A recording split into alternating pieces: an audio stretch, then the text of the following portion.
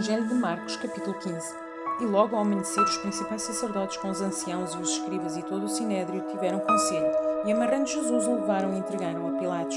E Pilatos lhe perguntou: Tu és o rei dos judeus? E ele respondendo disse-lhe: Tu o dizes. E os principais sacerdotes o acusavam de muitas coisas, porém ele nada respondia.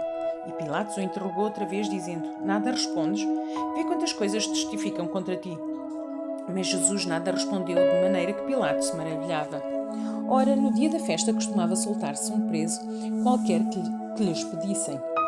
E haviam chamado Barrabás, que preso com os outros amotinadores, tinha num motim cometido uma morte. E a multidão, dando gritos, começou a pedir que fizesse como sempre lhes tinha feito. E Pilatos lhe respondeu dizendo: Quereis que vos solte o rei dos judeus? Porque ele bem sabia que por inveja os principais sacerdotes o tinham entregado. Mas os principais sacerdotes incitaram a multidão para que fosse solto antes Barrabás. E Pilatos respondendo lhes disse outra vez: Que quereis, pois, que faça daquele a quem chamais rei dos judeus? E eles tornaram a clamar: Crucifica-o! Mas Pilatos lhes disse: Mas que mal fez? E eles cada vez clamavam mais: Crucifica-o! Então Pilatos, querendo satisfazer a multidão, soltou-lhe Barrabás e, açoitando Jesus, o entregou para ser crucificado. E os soldados o levaram dentro da sala, que é da audiência, e a convocaram toda a corte. E vestiram-no de púrpura e, tecendo uma coroa de espinhos, lhe a puseram na cabeça, e começaram a saudá-lo, dizendo: Salve, Rei dos Judeus!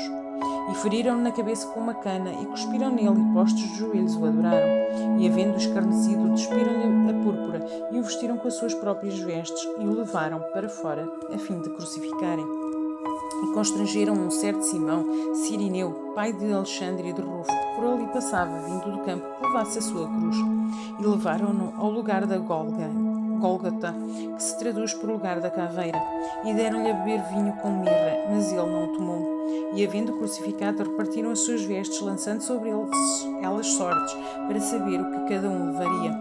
E era a hora terceira, e o crucificaram. E por cima dele estava escrita a sua acusação: o Rei dos Judeus. E crucificaram com ele 2 salteadores, um à sua direita e outro à sua esquerda. E cumpriu-se a escritura que diz: E com os malfeitores foi contado.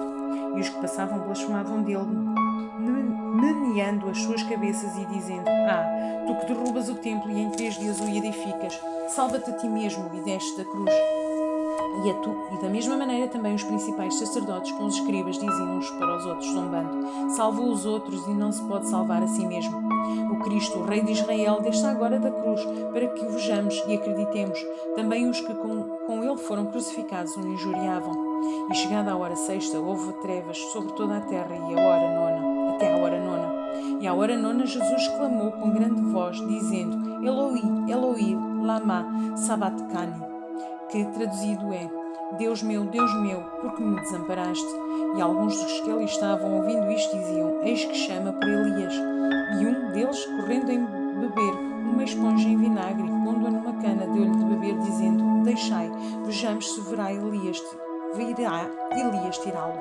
E Jesus, dando um grande brado, expirou, e o véu do templo se rasgou em 2, de alto a baixo. E o centurião que estava defronte dele, vendo que assim clamando expirava, disse: Verdadeiramente este homem era o Filho de Deus. E também ali estavam algumas mulheres, olhando de longe, entre as quais também Maria Madalena e Maria, mãe de Tiago, o menor, e de José e Salomé, as quais também o seguiam e o serviam, quando estavam na Galileia, e muitas outras que tinham subido com ele a Jerusalém. E chegando a tarde, porquanto era o dia da preparação, isto é, a véspera de sábado, chegou José de Arimateia, o conselheiro honrado, que também esperava o reino de Deus, e ousadamente foi a Pilatos e pediu o corpo de Jesus.